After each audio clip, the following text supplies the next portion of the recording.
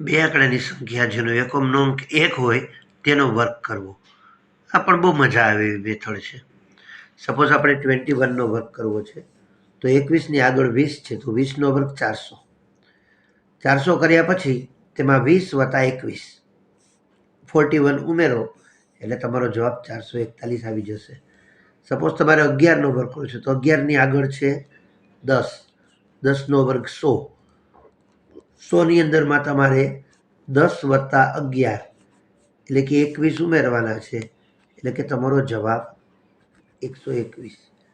Suppose તમારે 31નો વર્ગ કરવો છે તો 31ની આગળ છે 30, 30નો વર્ગ 900, 900માં તમારે 30 વત્તા 31 ઉમેરવાના છે એટલે કે 961 તમારો જવાબ.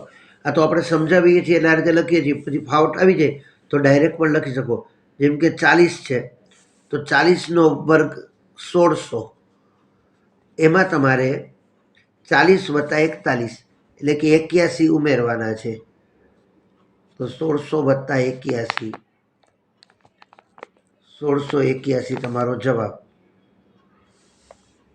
અહીંયા તમારે 51 છે એટલે કે 50, તો 50નો વર્ગ 2500, એમાં તમારે 50 વત્તા 51 એટલે 101 ઉમેરવાના છે એટલે તમારો જવાબ 2601.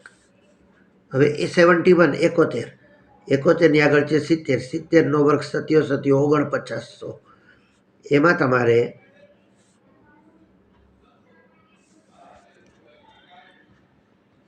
70 વત્તા 71 141 ઉમેરવાના છે એટલે 5041 એનો જવાબ. આ જ પ્રકારે તમે બધું જ કરી શકશો. બરાબર છે. સપોઝ 101 છે તો 100નો વર્ગ 10,000, એમાં તમારે 100 વત્તા 101 એટલે કે 201 ઉમેરવાના છે એટલે તમારો જવાબ 10,201 થશે. આ પદ્ધતિ પણ 3 આંકડા કે વધુ માટે પણ સાચી છે. વિચારજો. All the